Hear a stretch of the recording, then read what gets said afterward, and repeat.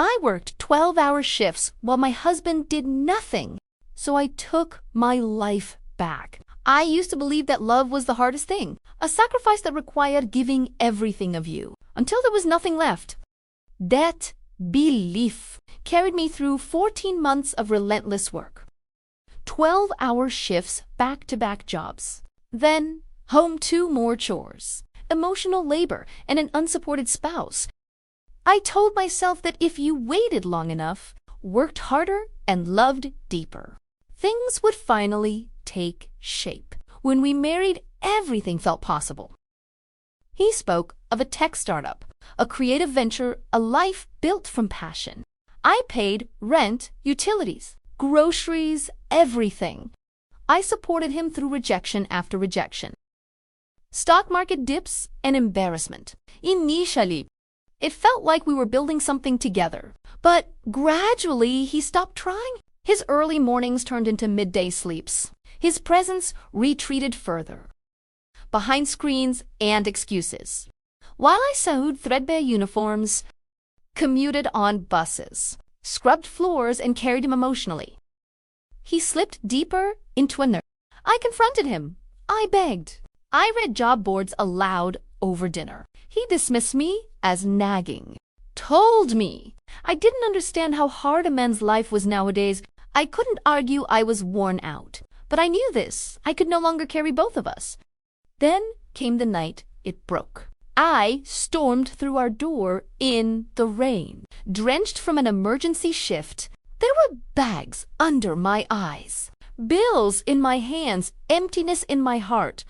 No life vest waited for me at home. Instead of him answering, I found the gaming console and his jacket gone. Just gone. I sank onto the floor in soaked scrubs and cried, not for his absence, but for the second I realized I wasn't sad he left. I was relieved, and ease settled over me like a blanket. Silence followed for days. No calls, no messages. No remorse, then an illustration of peace. I slept deeper, woke, calmer, my chest lighter, an emptiness filled with nothing. And in that nothing, I found rest. I cleaned the kitchen once, and it stayed clean. I didn't cook immediately. I ate fresh food and smiled. Something I hadn't felt in years. So quiet, so gentle, so unfamiliar on day 4. A buried box under the bed caught my eye. Curiosity led me to open it, and I found rejection letters, resume templates, job portals marked applied. Months of rejection mapped in ink. I paused. Maybe he had tried quietly, and guilt gnawed at me had I been too hard. Misunderstood his despair. But a few pages down, more revelations. A printed Amazon invoice dated 2 weeks prior. High-end headphones, a gamer seat. Streaming gear. All orders while I toiled 3 jobs in a single week. Motivation or avoidance. I confronted myself with the truth. He wasn't hiding failure, he was hiding something else. Himself from responsibility. Days later, he returned unannounced in a hoodie. I saw the door open quietly. I packed his belongings while his keys jingled on the table. He stepped in and asked softly, "What's this? You're kicking me out."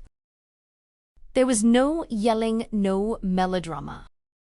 Just a calm, "I'm choosing me."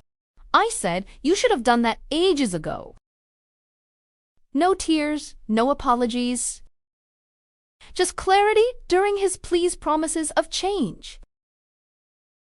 I realized his words lacked structure, and what I wanted had changed too. Loving him didn't feel like enough anymore, because love had become survival. That night, I sent a final message. "Be well, please don't ask me to be your safety net." And I hit send. Months passed. I enrolled in a small design course, Placing top of the class, a local cafe saw potential in me and offered a part-time job amid its exposed brick walls, indie jazz playlist, and warm faces. That cozy place became my first step toward building something of my own. Slowly, I healed one rainy afternoon. A young woman, drenched, stressed, drained, entered the cafe. She looked at me like she recognized her reflection. Offering her and listening changed something in both of us. When she said, "I just feel stuck," I answered quietly, "Then maybe it's time to change." Her eyes softened. She left with a lighter step. It was in that small moment I found purpose. My journey wasn't just about me anymore. I built routines. I started painting evenings into the schedule. I painted the walls of that cafe, trimmed plants, curated playlists. I added menu items that meant something to people. Lavender lattes, second chance sandwiches. Revenue grew, connections blossomed. Regulars stayed for hours, confiding their lives to me, one coffee at a time. A year into it, I stood behind the counter, watching customers scribble journals, hold runs, cry. I never told them my story, but I always listened. When someone said, "I don't know how to restart," I simply smiled and replied, "You've already begun. You're here one evening before closing." He appeared at the window, the same eyes, same hands in pockets. But he paused. I looked up. He didn't push the door open. He just nodded and walked away. I didn't feel sorrow. I felt peace because I had changed. Not backward, only forward. 7 months later, I framed a half-torn photo we once shared, hung it in my cafe's office as a reminder, even broken halves can make a statement. A letter from him dated 6 months prior arrived in a manila envelope. He claimed therapy helped him, said he finally found work, asked for a second chance. But I wrote back, "I wish you well. Please don't expect Aritone to be your emotional parachute." A year, crossing that timeline, I celebrated the cafe's anniversary. I invited those who had shared grief and growth. Across the counter, strangers turned supportive. Someone strummed an acoustic guitar. We raised our cups and I spoke. "You're not here by coincidence. You're here because you chose yourself." Tears, laughter. A warm home months after the cafe anniversary. I received a voice message from an unknown number. It started with silence, then a breath. Then a soft, unfamiliar voice said, "I don't expect you to respond. I just wanted to say, I understand now." It was him. I listened 3 times. He didn't ask for forgiveness. He didn't make promises, he just explained. He spoke about days blurred into screens, self-worth lost to the guilt of watching me spiral into exhaustion. While he hid behind fear, he said, "I hated myself so much. I stopped believing you should love me." For a moment, my breath caught. Not because I wanted him back, but because I saw a version of the man I had once loved emerging from fog. But closure doesn't always look like conversation. Sometimes it's a message you never reply to. I moved on, but not with bitterness, only with wisdom. I had changed. I took solo trips. I stopped apologizing for boundaries. I shared my story anonymously on blogs. Women wrote back saying, "I thought I was alone." That connection fueled me. One day, I met someone new. He wasn't dazzling or poetic. He didn't arrive with fireworks, but he listened. He showed up on time. He asked how my day was and actually waited for the answer. It felt strange to be seen so fully. One evening, he helped me close the cafe. He stacked chairs, brewed one last pot of herbal tea, and played Nina Simone over the speakers.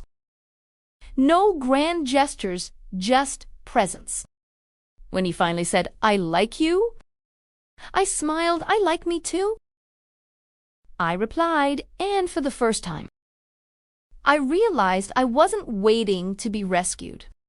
I was simply letting someone walk beside me, not ahead or behind. Later that winter, a young man with hollow cheeks entered the cafe.